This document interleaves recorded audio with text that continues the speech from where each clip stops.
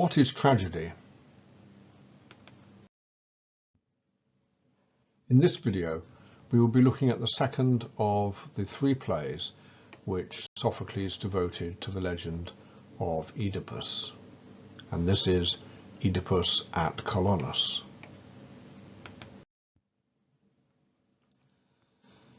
Many of the elements which we regard as characteristic of a tragedy can be found in Oedipus at Colonus, but not used in the same way that we found in Oedipus the King, or indeed in Aeschylus's Oresteia. We find here conflict, suffering, and the death of the protagonist.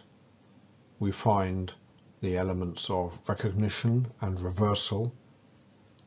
There's a focus on the space in which the tragedy takes place, and there is an attention to human agency and the problem of free will. All these are very familiar topics.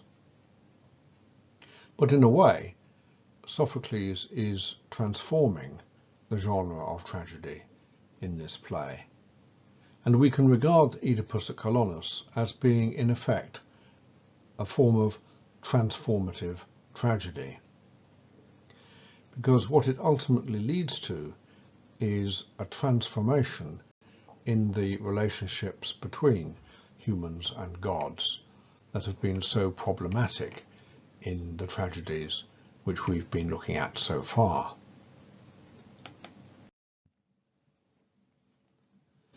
We know that tragedy does not need to end in death. The tragedy in Oedipus the King, though it ends with the suicide of Jocasta, ends not with the death but with the self-blinding of Oedipus. The tragedy lies in part in his recognition of who he is and what he has done, and in the terrible physical suffering that he inflicts on himself as a result. And here in Oedipus at Colonus, his physical suffering continues. We are made very much aware at the opening of the play that the blind man is old and frail and needs to be led by his daughter Antigone. The physical suffering is, of course, a reminder to us of Oedipus's past. And Oedipus's past is recalled in the two conflicts which he has in the course of the play with Creon and Polynices. And here we have a form of analepsis, which is a way of telling the story out of its usual sequence. We're familiar particularly with the use of flashback in cinema.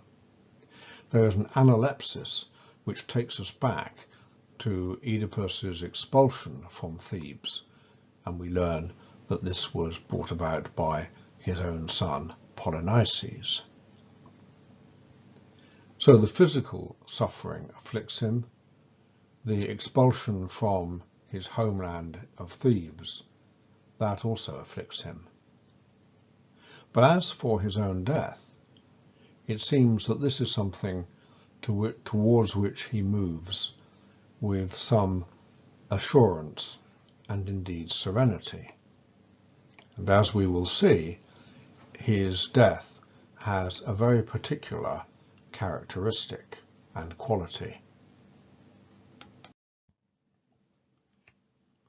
Recognition and reversal are two of the elements which Aristotle identified in his Poetics as being typical of the structure of a tragedy. And both these elements recur importantly in Oedipus at Colonus, but not used in the way that we might have expected. In many tragedies, recognition occurs at the end of the plot, when the protagonist is brought to acknowledge the true nature of what he has done, or perhaps recognizes the true identity of another character, or in Oedipus's case, recognizes his own true identity. But here in Oedipus at Colonus, recognition occurs right at the beginning, with the recognition by the chorus of Oedipus's identity, which of course horrifies them. At the same time, there is a recognition by Oedipus himself that Colonus must be the place which Apollo prophesied would be the scene of his own death. And so, from very early in the play, Oedipus recognizes that this is his final scene. As for reversal, we come now to one of the most profound and moving aspects of this play, which is the reversal of the status of Oedipus. At the beginning of the play, he is regarded by the chorus as a source of pollution. After all, he has carried out 2 terrible crimes. And yet we learn that it has been prophesied that the place where Oedipus is buried will benefit from his presence.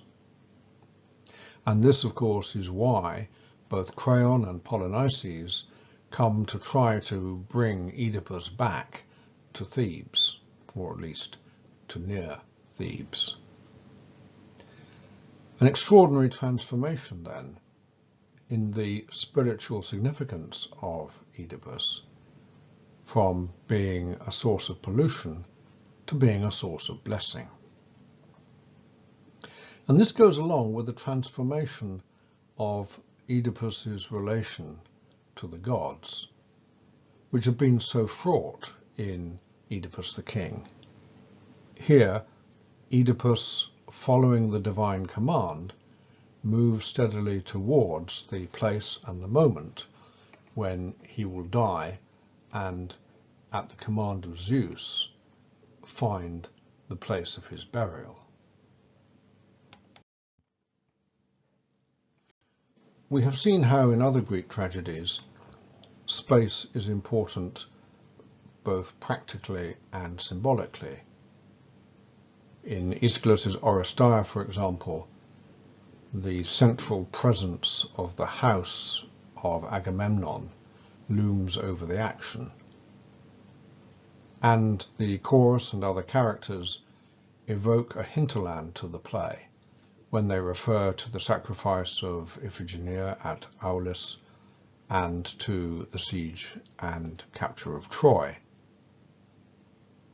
In the case of Oedipus the king, the hinterland is that of the place of the oracle of Apollo, the place in focus where 3 roads meet, Corinth, which Oedipus regarded as his home, Mount Kithaeron, where he was exposed as a baby. These are all places which live powerfully in the imagination of the characters and therefore the imagination of the audience. They are not just geographical places that we can find on a map. Each of these has its own special symbolic significance.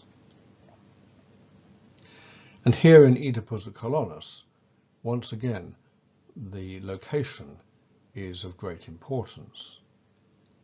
Oedipus arrives at a strange place. He has to find out where he is, who is the ruler, and he seeks hospitality from Theseus. In the Greek world, there was a strong bond created between host and guest. Once Oedipus has asked for shelter from Theseus, Theseus has an obligation to protect him. The obligation is reciprocal, and Oedipus in turn confers on Theseus and on the city of Athens the blessings which he knows will result from his own burial there. Oedipus the stranger, therefore, is accepted by Theseus as an honoured guest in this strange city. Polynices tells Oedipus that they are both strangers, trying to enlist his father on his side. But Oedipus remarks angrily that it was Polynices who drove him out of Thebes. It was Polynices who made Oedipus into a stranger, a wanderer, an exile. Oedipus will bless the place where he is buried.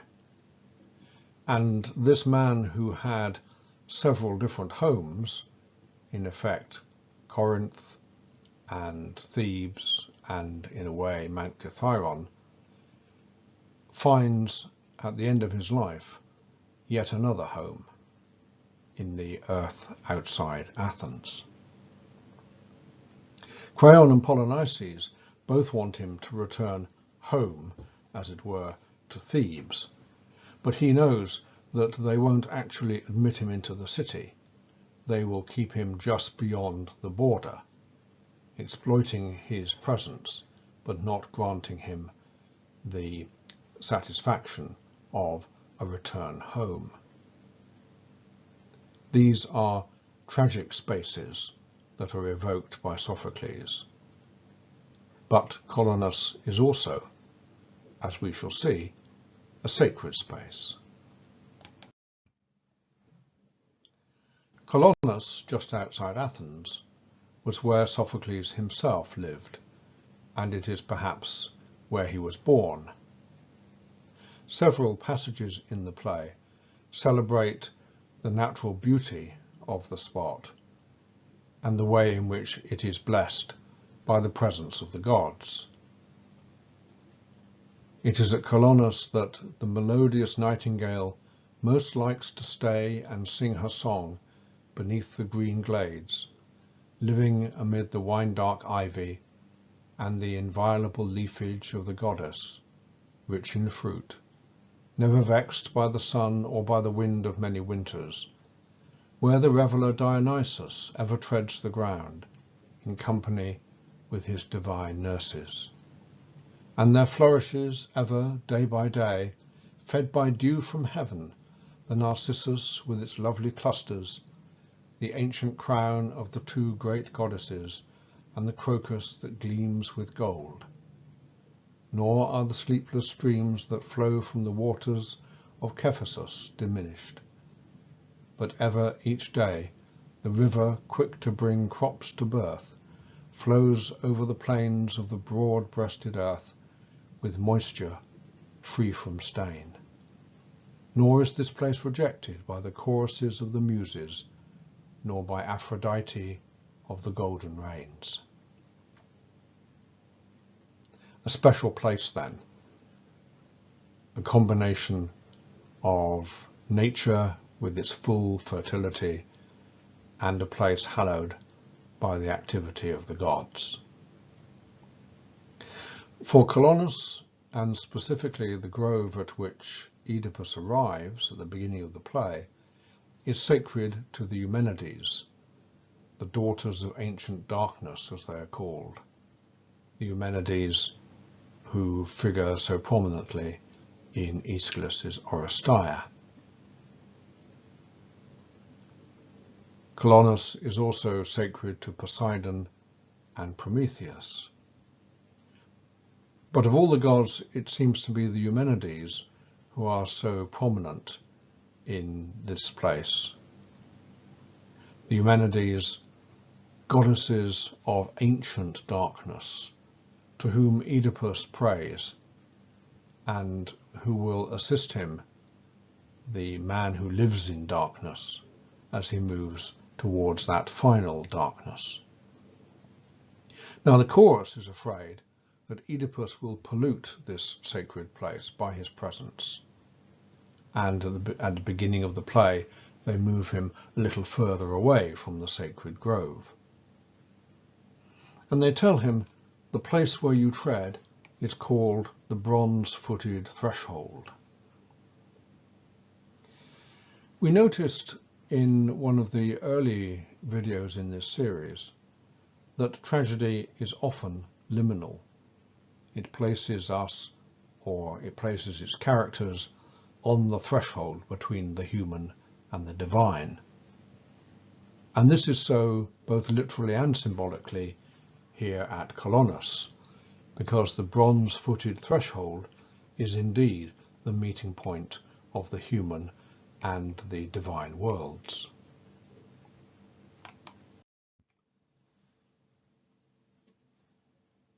Oedipus the king raised in very acute form the typically tragic question of agency, of free will.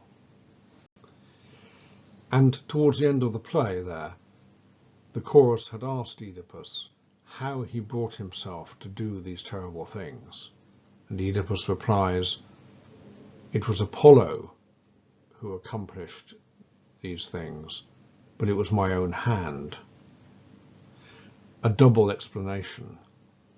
It was the god and it was his own hand. And here in Oedipus at Colonus, the chorus likewise presses Oedipus to talk about what happened, how it happened. And not just what happened, but how Oedipus was responsible. Was he guilty? And Oedipus says that he endured evil by my own will, so both a suffering and an action,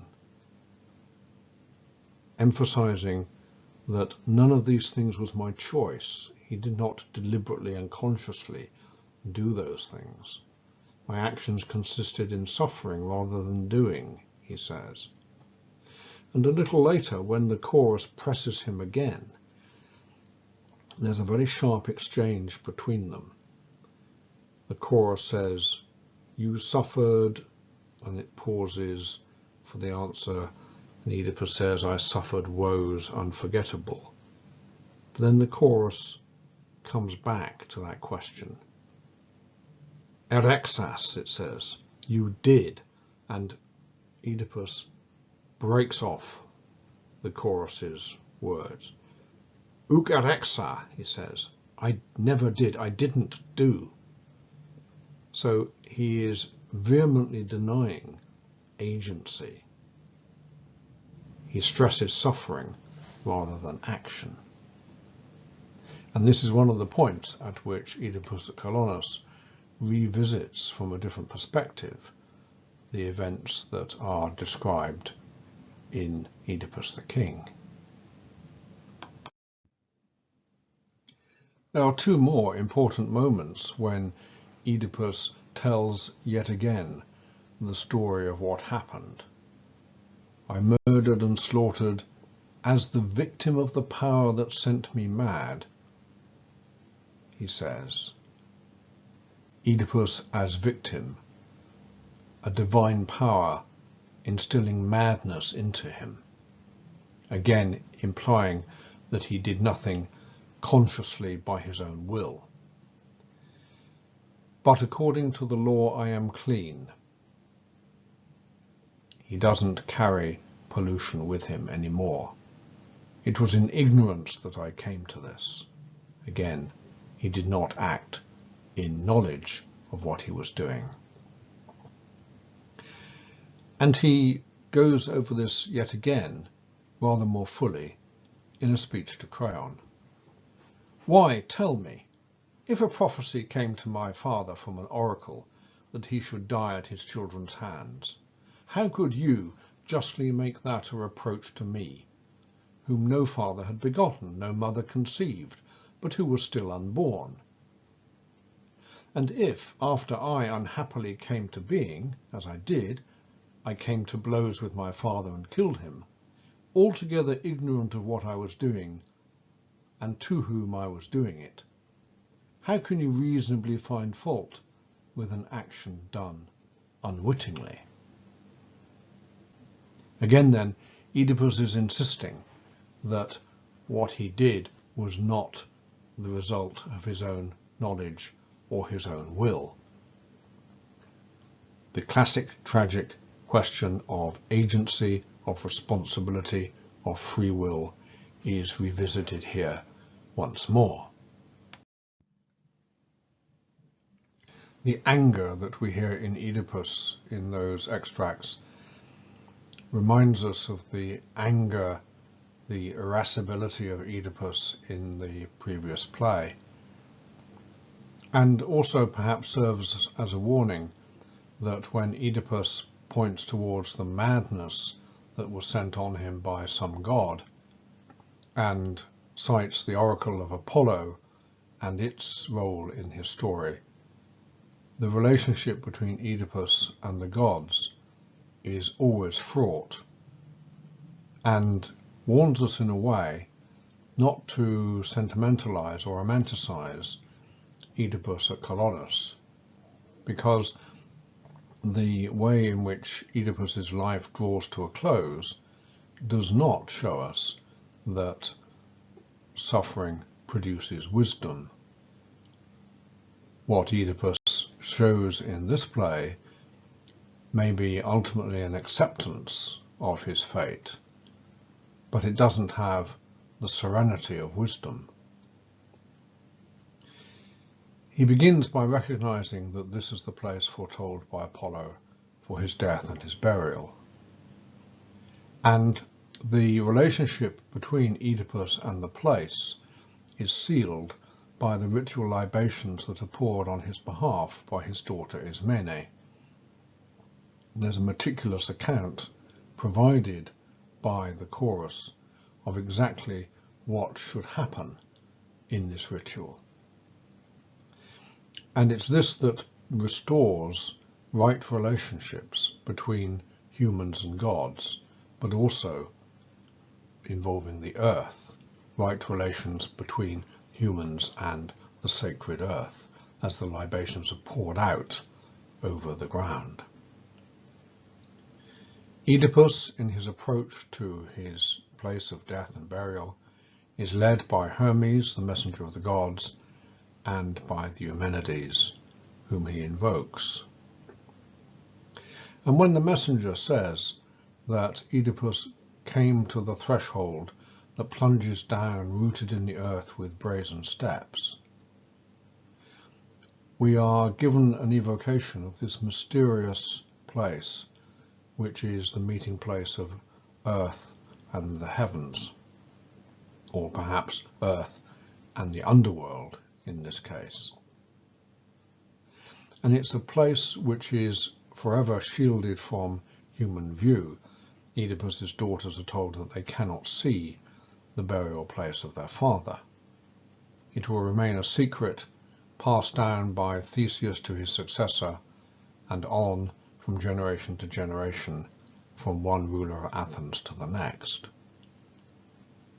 Oedipus's burial will bring great blessing to Athens, but this place will always be shielded from ordinary human sight. So we can think of Oedipus at Colonus as transformative tragedy. On the one hand, taking some of the principal elements of the tragic genre and reorganizing them, deploying them to new purposes. And on the other hand, transforming the figure of Oedipus himself from the exile to the honored guest, from the polluted monster to the one who will bring blessing. And at the end of the play, Theseus tells Oedipus's daughters not to grieve. One should not mourn for those for whom the darkness below the earth is a treasure graciously bestowed. The gods would resent it. Nemesis gar, he says. It would bring down a kind of retribution from the gods on those who mourn where there is no cause. And so the blind Oedipus receives the darkness of the underworld as a gift, as a treasure, graciously bestowed by the gods themselves. But again, this is not a naive, romanticized or sentimental ending, because the play has recapitulated the sufferings of Oedipus. it has restaged the tension between Oedipus and his family through the very harsh encounters with Creon and Polynices. There is no glib magicking away of the suffering, nor is there any avoidance of those difficult problems about the relationships between humans and gods and the question of human agency. But the play ultimately uses ritual and symbolism and an evocation of sacred space as a way of restoring that relationship between the human and the divine that had seemed so difficult to understand in the earlier play.